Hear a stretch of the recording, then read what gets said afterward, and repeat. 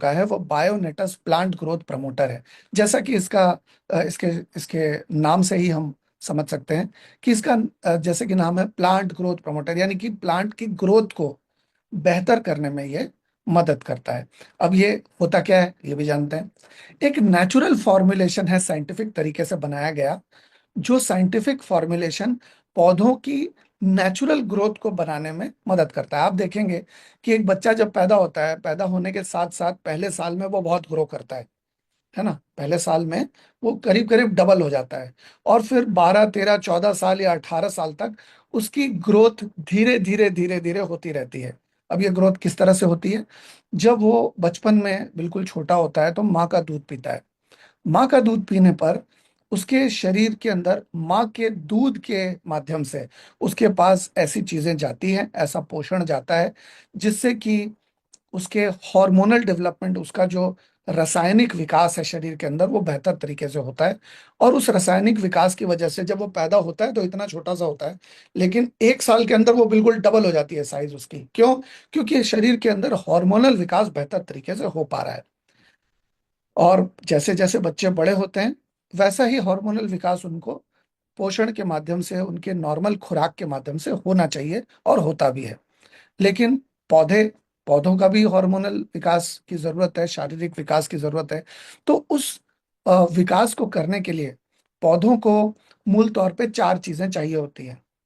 वो जैसे हमें खाना, पानी और हवा चाहिए, वैसे ही पौधों को भी खाना भी चाहिए, पानी भी चाहिए, हवा भी चाहिए, और सूरज की धूप भी चाहिए। ये 4 चीजें बहुत ही जरूरी है किसी भी पौधे के लिए, किसी भी फसल के लिए, किसी भी तरह के फूल के लिए।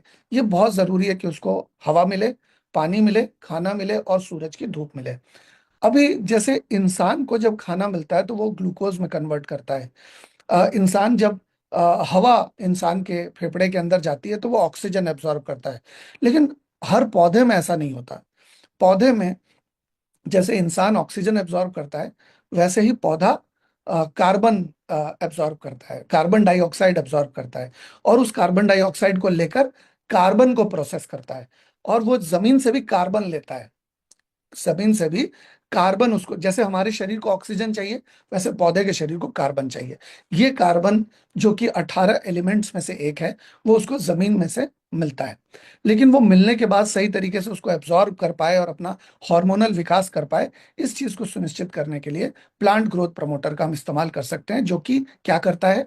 ये एक नेचुरल फॉर्मुलेशन है जो प्लांट की ग्रोथ के लिए अच्छा है, उसकी उर्वरता के लिए अच्छा है, यानी कि ज्यादा से ज्यादा यील्ड, ज्यादा से ज्यादा फल, ज्यादा से ज्यादा फूल, ज्यादा से ज्यादा सब्जियां हमें मिल सके। क्योंकि अगर पौधे का संपूर्ण विकास होगा तो स्वाभाविक सी बात है कि उसका फल अच्छा हो जाएगा, है ना। तो ओवरऑल हेल्थ पौधे की अच्छी होगी।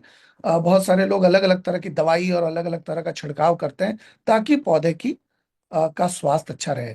लेकिन अगर यही चीज पौधे के स्वास्थ्य को अच्छा रखने के लिए हम प्लांट ग्रोथ प्रमोटर का यूज करते हैं, तो बिना बहुत ज्यादा दवाई के छिड़काव के ही ओवरऑल हेल्थ जो है पौधे की बहुत अच्छी रहेगी। और ये सारा कुछ होता है, ग्रोथ भी सुनिश्चित होती है, उसकी उर्वरता भी बढ़ती है, उसकी यील्ड भी बढ़ती है, उपज भी बढ़ती है, और उसकी हेल्थ भी बढ़िया रखती है। ये बिना किसी सिंथेटिक केमिकल के ये होता है प्लांट ग्रोथ प्रमोटर के थ्रू। अब देखिए, पौधे को ग्रो करने के लिए 3 हॉर्मोन्स की जरूरत होती है। पहला होता है ऑक्सिन, दूसरा होता है गिबरलिंस, तीसरा होता है साइटोकाइनिन्स। ऑक्सिन का काम है कि सेल को इलोंगेट करना। हमारे मानवीय शरीर में भी 21 से 28 दिन के अंदर एक सेल मर जाती है और उसकी जगह पे 2 पैदा कर देती है। फिर वो भी 21 से 28 दिन में खुद मर के 4 नई सेल पैदा करती है। फिर वो भी 21 से 28 दिन में मर के 8 नई सेल पैदा करती है। पौधों में भी कुछ ऐसा ही काम होता है। उनके अंदर भी सेल धीरे धीरे मरकर जो नई सेल डेवलप होती है, वो जितनी ज्यादा स्वस्थ रहेगी, वो जितनी ज्यादा हेल्दी रहेगी, जितनी ज्यादा इलोंगेट होगी, पौधा उतनी ही ज्यादा जल्दी ग्रो करेगा। पौधा उतना ही फलेगा, फूलेगा, वो उतना ही ज्यादा अ, बड़ा होगा, चौड़ा होगा, और उतना ही ज्यादा अच्छा फल दे पाएगा। उसके रूट में अलग अलग तरह की इरिटेशंस हुआ करती है। आप देखेंगे कि खेती करने के समय मिट्टी को बनाया जाता है, बहुत समय लगता है मिट्टी को बनाने में। बार बार, एक बार खोदा जाता है, चाहे वो मतलब हल के माध्यम से हो, बैलों के माध्यम से या ट्रैक्टर के माध्यम से हो, बार बार बार बार उस पर ट्रैक्टर चलाया जाता है ताकि मिट्टी जो है वो बिल्कुल मुलायम हो जाए, सॉफ्ट हो जाए। और उसमें कई तरह के अलग अलग चीजें की भी जाती है वो बीज लगाने से पहले। ऐसा क्यों? ताकि जब बीज जर्मिनेट होता है, जैसे जब छोटा बच्चा पैदा होता है तो वो संवेदनशील होता है, ठीक उसी तरह से जब कोई भी पौधा, जब उसको बीज लगाया जाता है तब वो बहुत संवेदनशील होता है। और उस संवेदनशील समय में उसकी जो जड़ें हैं वो भी बहुत कमजोर होती हैं, बिल्कुल स्वाभाविक सी बात है। जैसे छोटा सा बच्चा कमजोर होता है, वैसे जब छोटा सा पौधा होता है तब वो भी कमजोर होता है। तो ऐसी कमजोर स्थिति में उसकी जो कमजोर जड़ें हैं, उसमें अगर किसी भी तरह का इरिटेशन हो, किसी भी तरह की बाधा आए, किसी भी तरह का अगर दिक्कत उसको किसी भी कारण से आए, तो वो पौधा सही तरीके से विकसित नहीं हो पाएगा, वो बीज सही तरीके से विकसित नहीं हो पाएगा। इसकी वजह से ये प्लांट ग्रोथ प्रमोटर इसके रूट में कोई भी इरिटेशन ना आए जर्मिनेशन के समय, इस चीज को सुनिश्चित करता है। और फलों के भी विकास में, फल की साइज अच्छी हो, फल की क्वालिटी अच्छी हो, फल में किसी भी तरह का टेस्ट का इश्यू ना हो, क्वालिटी और क्वांटिटी दोनों को बेहतर करने में सुनिश्चित करता है ऑक्सिन नाम का हार्मोन।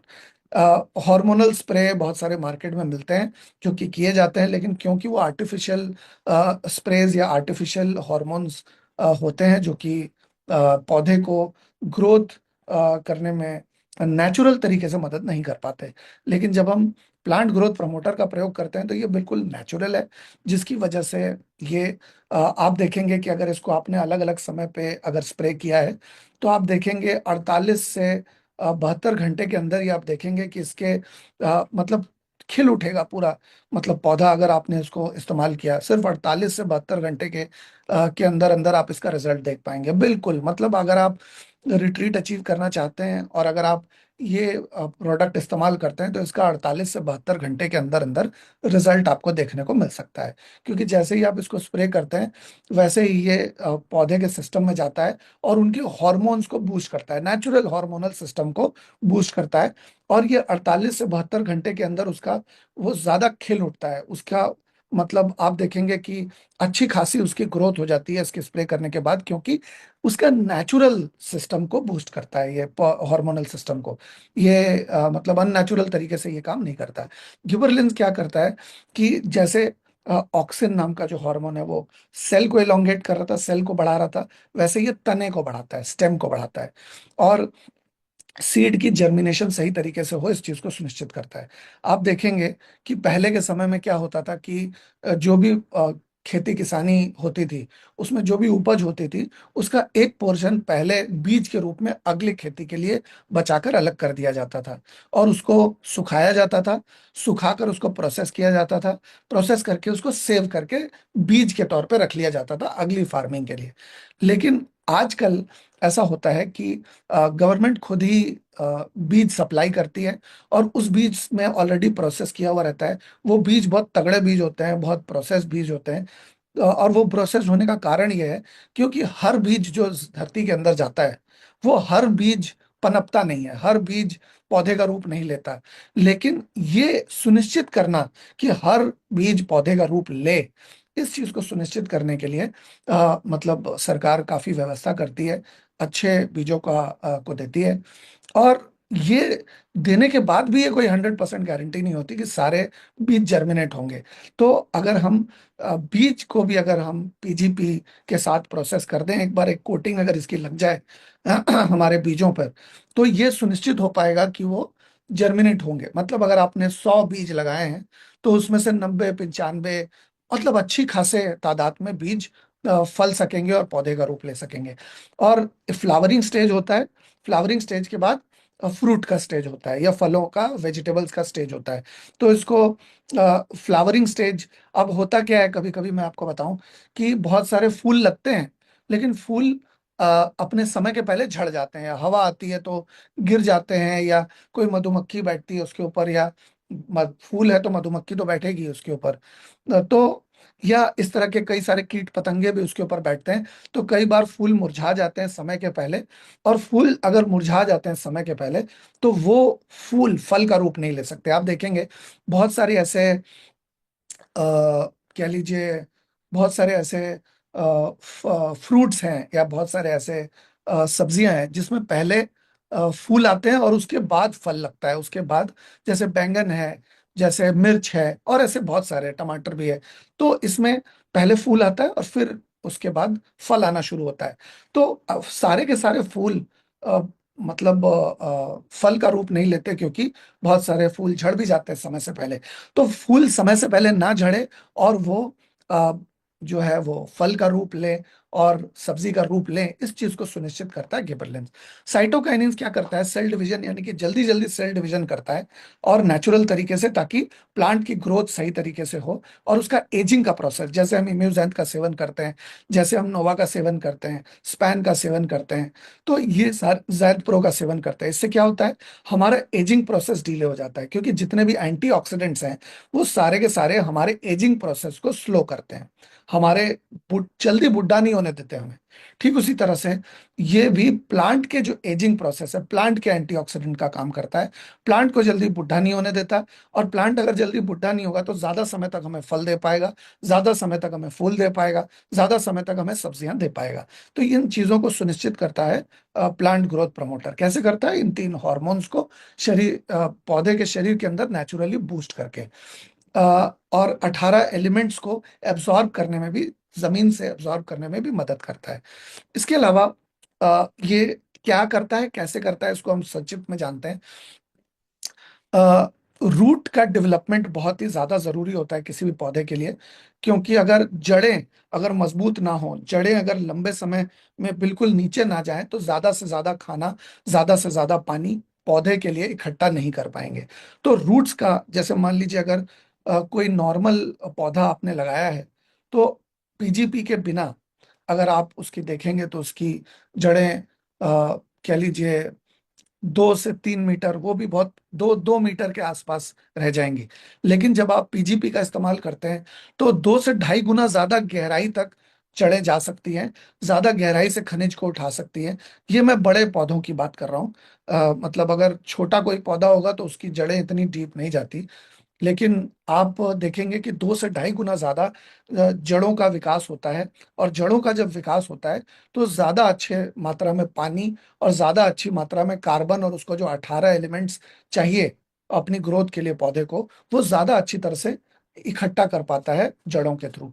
तो मजबूत करता है जड़ों को, उनको गहराई तक लेकर जाने में मदद करता है, और बेहतर न्यूट्रिशन को एब्जॉर्ब करने में मदद करता है। और न्यूट्रिशन अपटेक, अब मान लीजिए हमने इंसान के शरीर में भी कहते हैं कि क्या खाया ये जरूरी नहीं है, क्या पचाया ये जरूरी है। तो जैसे हम खाने को पचाते हैं अपने पेट में, वैसे खाना भी अपने पत्तों में, पौधा भी अपने पत्तों में जो भी उसने जमीन से इकट्ठा किया है उसको पचाता है, और पचा करके फल के रूप में हमें देता है, या सब्जी के रूप में हमें देता है। तो अभी क्या है कि ये जब हम इसको मतलब डालते हैं पौधों में स्प्रे के माध्यम से, तो ये पत्तों में, जड़ों में, तनों में, सारी जगह पे लग के खास करके सॉइल की माइक्रोबियल एक्टिविटी बढ़ाता है।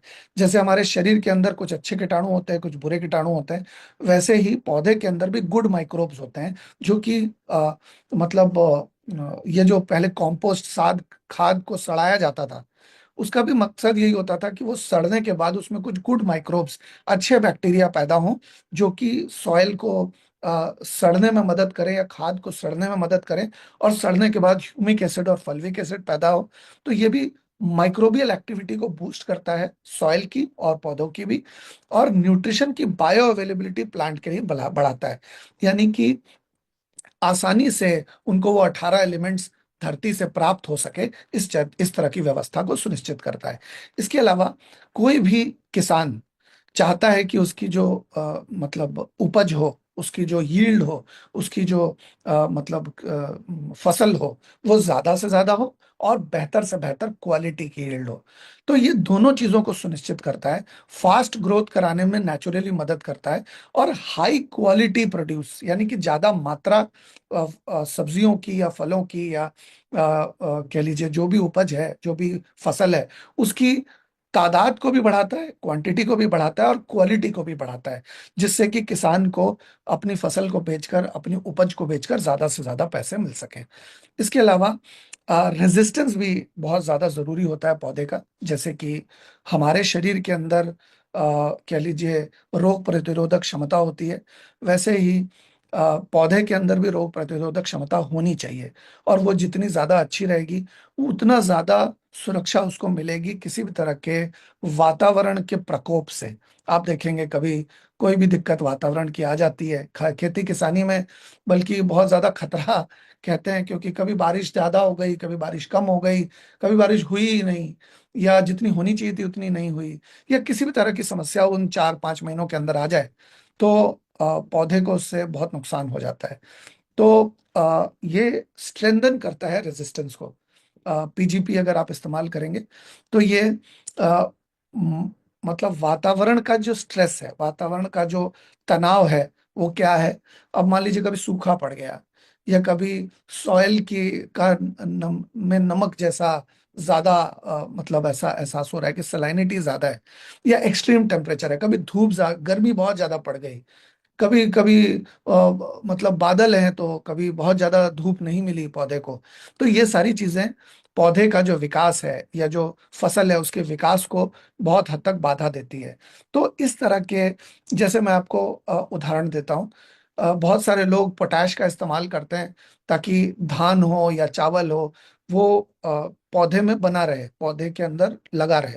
क्योंकि अगर ज्यादा पोटैश नहीं डालेंगे, वो ऐसा उनको लगता है और ऐसा है भी, अगर इनऑर्गेनिक खेती कर रहे हैं तो अगर पोटैश नहीं डालेंगे तो हवा चलेगी या कोई आंधी आएगी या थोड़ी बहुत भी तेज हवा चलेगी, बारिश होगी, तो धान जो है या जो चावल है वो मतलब पौधे से टूट कर वो जमीन पर गिर जाएगा और वो बर्बाद हो जाएगा वो। तो वो बर्बादी रोकने के लिए बहुत सारे लोग पोटैश का इस्तेमाल करते हैं, लेकिन जब पीजीपी डालेंगे तो पोटैश की जरूरत पड़ेगी नहीं, या बहुत ही कम मात्रा में भी डालेंगे तो भी चल जाएगा, जिससे कि वो अपनी जो उपज है उसको ऑर्गेनिक रख पाएंगे और उसको मतलब बिना किसी केमिकल का या बिना ज्यादा केमिकल का रख पाएंगे। इसके अलावा अलग अलग तरह के पेस्ट होते हैं। देखिए, क्योंकि आप देखेंगे कि जहाँ खाना होता है वहाँ मक्खियाँ आती है, और आप खाने को अगर ऐसे ही छोड़ देंगे तो उसमें फंगस जम जाएगी, उसमें बैक्टीरिया जम जाएगी, उसमें से स्मेल आने लगेगी, क्योंकि वो खाने की चीज है। आप देखिए अगर कोई जानवर भी मर जाएगा तो वहां से भी बदबू आएगी, क्योंकि बैक्टीरिया और जितने भी तरह के माइक्रोब्स हैं या जितने भी तरह के मतलब कह लीजिए वो उसको डिकम्पोज करते हैं। तो ठीक उसी तरह से हमारी जो फसल होती है वो भी खाने की चीज है। तो खाने की चीज सिर्फ इंसान को तो चाहिए नहीं, वो तो पौधों को भी चाहिए, वो तो जानवरों को भी चाहिए, कीट पतंगों को भी चाहिए, और वो अलग अलग तरह के बैक्टीरिया को भी चाहिए, फंगस को भी चाहिए, वायरस को भी चाहिए। तो ये सारे भी अटैक करते हैं उस खाने के ऊपर, क्योंकि वो खाना उगाया तो इंसान ने अपने लिए है, लेकिन वो खाना इंसान के पहले उसमें कीटाणु अटैक कर देते हैं, क्योंकि कीटाणु को भी खाना चाहिए। जैसे बने हुए खाने पे मक्खियां आती हैं, जैसे बने हुए खाने को आप लंबे समय तक रख दें तो उसमें कुछ भी कीट पतंगे आएंगे या बैक्टीरिया आएंगे। ठीक उसी तरह से खाने की चीज जो उग रही है, तो उगने के दौरान भी उसमें बहुत सारे कीट पतंगे आ सकते हैं, फंगल या अलग अलग तरह के पेस्ट्स आ सकते हैं। वो जमीन के द्वारा भी आ सकते हैं, वो हवा के द्वारा भी आ सकते हैं। तो इस चीज से हमें पौधे को सुरक्षित रखने के लिए प्लांट ग्रोथ प्रमोटर का इस्तेमाल कर सकते हैं, क्योंकि बहुत सारे लोग बहुत सारे पेस्टिसाइड्स डालते हैं, लेकिन हमारा जो प्लांट ग्रोथ प्रमोटर है वो पौधे का जो नेचुरल इम्यून सिस्टम है उसको एक ऐसे लेवल पे लेकर चला जाता है कि हमें बाहर से लेने वाला बहुत ज्यादा कीटनाशक या पेस्टिसाइड या हर्बिसाइड की ज्यादा जरूरत पड़ेगी नहीं। लेकिन अगर कोई बहुत ज्यादा मात्रा में डाल रहा है तो एकदम से बंद ना करें, थोड़ा बहुत तब भी डाल सकते हैं वो। और इसके बारे में भी हम ट्रेनिंग करेंगे कि क्या, कितना, कब, कैसे डालना है। ये जिनकी ऑडियो आपने सुनी है उनकी ट्रेनिंग बहुत ही जल्दी आप देखने वाले हैं। तो एंटी माइक्रोबियल और एंटी फंगल प्रॉपर्टीज प्लांट के अंदर डेवलप करने में प्लांट ग्रोथ प्रमोटर मदद करता है। इसके अलावा इको फ्रेंडली या सस्टेनेबल है, किसी भी केमिकल फर्टिलाइजर या पेस्टिसाइड के ऊपर निर्भर नहीं करता ये। इसके अलावा ये ऑर्गेनिक फार्मिंग प्रैक्टिसेस को बेहतर करता है, और खेत की जो उर्वरता है, जो सॉइल की जो फर्टिलिटी है या जो उपजाऊपन है मिट्टी का, वो बरकरार रखने में भी मदद करता है। और सॉइल की फर्टिलिटी, माइक्रोबियल डाइवर्सिटी और लॉन्ग टर्म एग्रीकल्चर हो पाए उसमें ये सुनिश्चित करता है। आप देखेंगे कि जब खेती होती है, खेती होने के बाद कटाई जब हो जाती है, तो खेती होने से पहले, मतलब बीज लगाने से पहले आप मिट्टी का कलर देखिए, और कटाई हो जाने के बाद मिट्टी का कलर देखिए, आप एक बहुत अच्छा खासा अंतर आप महसूस करेंगे। वह मिट्टी लाल या भूरी होगी जब आप उसको जब बना रहे होंगे मिट्टी को खेती के लिए बीज लगाने से पहले। लेकिन जब कटाई हो जाती है तो एक सफेदी सी छा जाती है सॉइल के ऊपर, और सॉइल बहुत ठोस हो जाता है, बहुत कड़क हो जाता है। वो कड़क हो जाता है, उसका कारण ही यही है कि उसके अंदर से जितने भी 18 एलिमेंट्स हैं वो सारे के सारे पौधे को मिल गए हैं। और पौधे को मिलने के बाद मिट्टी में कुछ बचा ही नहीं। और मिट्टी में अगर दोबारा से वो 18 एलिमेंट्स दोबारा ना डाले जाएं तो मिट्टी में कुछ रहेगा नहीं, ताकि दोबारा जब आप खेती करेंगे तो उस उपज में भी कुछ न्यूट्रिशन बचेगा नहीं। तो ये पीजीपी जो है वो इस चीज को सुनिश्चित करता है कि एकदम बिल्कुल सॉइल की फर्टिलिटी बिल्कुल जीरो ना हो जाए। तो इसको यूज कैसे करना है ये भी थोड़ा समझ लेते हैं। सीड ट्रीटमेंट, अगर आप सीड्स के ऊपर इसका ट्रीटमेंट करना चाहते हैं तो 5 ml 1 kg सीड के ऊपर आप कर सकते हैं।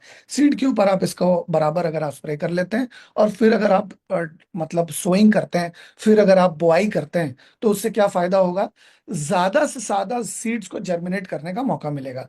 अमूमन देखा जाता है कि अगर 100 बीज डाले जाएं तो ये खेत के ऊपर भी डिपेंड करता है, कितनी अच्छी तरह से मिट्टी बनाई गई है इसके ऊपर भी डिपेंड करता है, कितने ज्यादा खाद है मिट्टी के अंदर इसके ऊपर भी डिपेंड करता है। 60% से लेकर 80% तक की उपज होती है। मतलब आपने 100 बीज डाले तो उसमें से 60 से 80 बीज जो है वो पौधे का रूप लेंगे या फसल का रूप लेंगे। लेकिन सारे के सारे बीज फसल का रूप नहीं लेंगे, कुछ देर से जर्मिनेट होते हैं, कुछ जल्दी जर्मिनेट होते हैं। तो ये क्या करता है, जब इसको आप पौधे को पीजीपी का इस्तेमाल करते हैं, 5 ml हर 1 kg स्पीड सीड के ऊपर छिड़काव करते हैं, तो इससे क्या फायदा होता है कि ये कोटिंग बना देता है बीज के ऊपर। और जब बीज को जमीन में लगाया जाता है तो उस कोटिंग की वजह से उसको पोषण मिलता रहता है, उसको अलग अलग तरह के मतलब सुरक्षा प्रदान करने के सुरक्षा प्रदान होती है।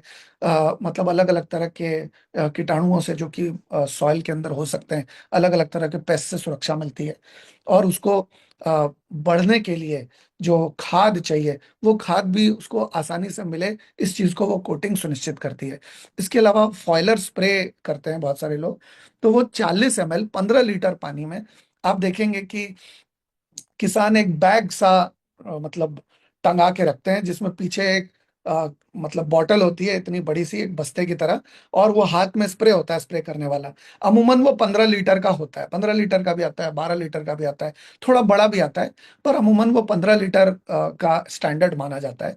तो 15 लीटर में अगर 40 ml डाल दें, उसको अच्छी तरह से मिक्स कर लें, और उसको अगर फॉइलर स्प्रे के द्वारा फॉलियर स्प्रे के द्वारा स्प्रे करें, तो इस तरह से कर सकते हैं। मतलब परिमाण मिलाने का जो है वो एक 40 ml मिलाना है 15 लीटर के पानी के अंदर।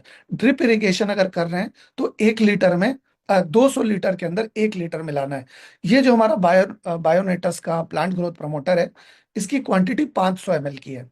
इसकी नेट क्वांटिटी 500 ml की है, यानी कि अगर आप 1 एकड़ में अगर आप इसका इस्तेमाल करना चाहते हैं तो 2 बॉटल आपको लगेगी। अगर आप ड्रिप इरिगेशन का की खेती कर रहे हैं तो आपको 2 डब्बे लगेंगे। और इसकी एमआरपी 1242 रुपये है, और इसकी डिस्ट्रीब्यूटर प्राइस जो है वो 954 रुपये है। इसकी क्वांटिटी जैसा कि मैंने बताया 500 ml है।